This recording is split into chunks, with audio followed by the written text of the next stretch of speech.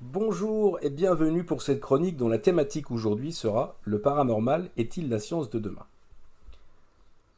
Au cours de cette émission, nous allons aborder tout un ensemble de sujets liés au paranormal et on va essayer surtout de voir si ce paranormal est quelque chose qui pourrait devenir du normal, c'est-à-dire un moment si la science nous permet d'appréhender ces phénomènes, si elle permet même de les justifier ou de leur donner un cadre. Alors nous allons discuter de cette possibilité. Je vais aussi amener, moi, un axe de réflexion scientifique particulier par rapport à ces phénomènes, qui est celui de la rétrocausalité, que nous allons voir au cours de cette émission. Mais au-delà de ça, j'aimerais aussi vous proposer, pas uniquement que du théorique, j'aimerais aussi vous proposer un certain nombre d'expériences que vous pourrez tenter de réaliser, après avoir vu cette émission, des expériences simples, pas des choses compliquées où ça va demander un laboratoire de physique quantique, pas du tout. L'idée, c'est d'arriver à faire des expériences simples, cognitives, avec notre conscience, et avec des moyens qui sont accessibles absolument à tout le monde. Alors le paranormal, aujourd'hui, on est complètement entouré de cette dimension au niveau sociétal, sur plusieurs axes. On a déjà, je pense, même des médias mainstream qui aujourd'hui relatent un certain nombre d'événements dits paranormaux. On le voit par exemple avec l'évolution notamment du phénomène OVNI. Aujourd'hui, même les médias mainstream reconnaissent, par le biais de certaines annonces qui ont été faites par le Pentagone ou autres, la possibilité d'existence de ce phénomène. Ce qui était encore de la pure science-fiction il y a encore une dizaine d'années, quand vous parliez d'OVNI en tant que scientifique, on vous prenait pour un fou. Vous dites, mais vous êtes complètement cinglé. Donc voilà, donc ça évolue, tant mieux.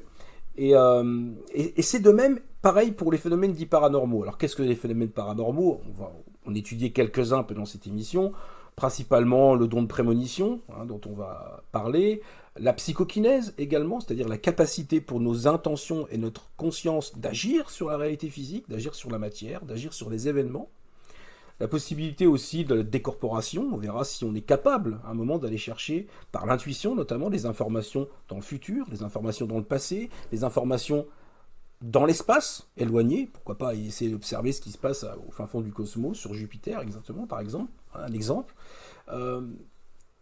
Et aussi, ça c'est nouveau, c'est quelque chose que je vous proposais à la fin de l'émission, ce que j'appelle de la psychokinèse sur les éléments, c'est-à-dire sur des matières indéterministes, c'est-à-dire sur des éléments qui sont soumis au hasard, à la loi du chaos. Alors j'ai voulu faire cette émission parce que quelque part, aujourd'hui je pense qu'on a besoin d'outils, voilà, des outils cognitifs, des outils nouveaux qui nous permettent quelque part, je pense, de changer le monde, qui nous permettront de changer le monde, individuellement et collectivement, c'est toujours un peu ma devise, mais d'essayer de donner du pratique. Voilà, du pratique, du concret, parce qu'on est dans un monde quand même hyper anxiogène, avec cette espèce de crise globale généralisée, et puis cette morosité qu'on a quand même depuis des années et des années.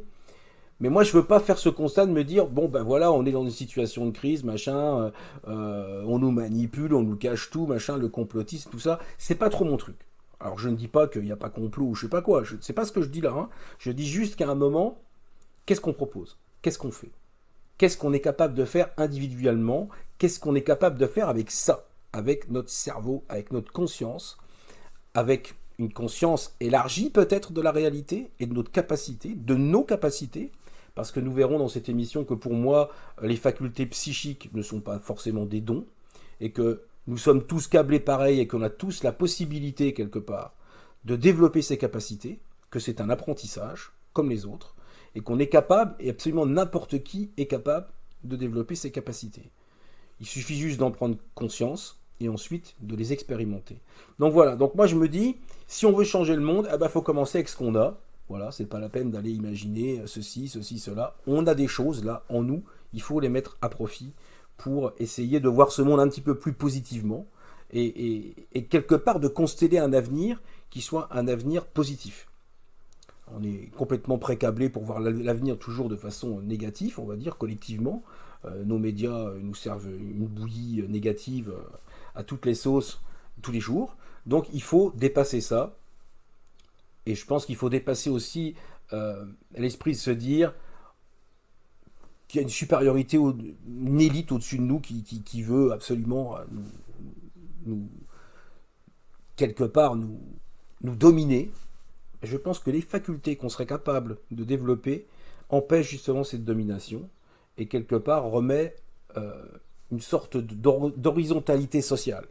C'est-à-dire qu'à un moment, quand on se rend compte que ces capacités psychiques, dont on rêve dans le cinéma, hein, les pouvoirs des Avengers, les pouvoirs des X-Men, les pouvoirs de psychokinésie, enfin tout un ensemble de choses qu'on va voir dans l'émission, tout ça, c'est à la portée, je pense, de tout à chacun, si on s'ouvre l'esprit, si on est capable à un moment aussi de relier certaines sciences, certains paradigmes scientifiques à ces phénomènes, et quelque part à les réinterpréter en enlevant quelque part la partie mystérieuse, la partie, on va dire, auréolée de mystère, de paranormal, de machin, de trucs, qui fait que quelque part, c'est pas pris au sérieux.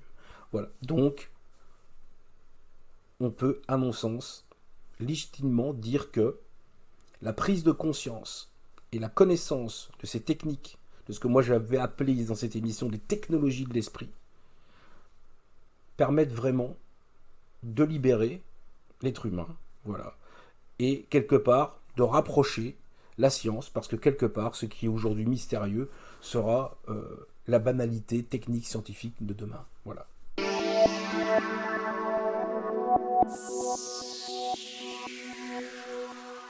Alors le cadre scientifique que je voudrais proposer pour cette émission, pour aborder les phénomènes dont on va discuter ici, c'est la rétrocausalité. La rétrocausalité, c'est quoi? C'est une causalité qui est à l'envers. Normalement, dans la logique causale, on dit que une cause engendre un effet. Et rarement l'inverse, c'est-à-dire qu'un effet va engendrer une cause.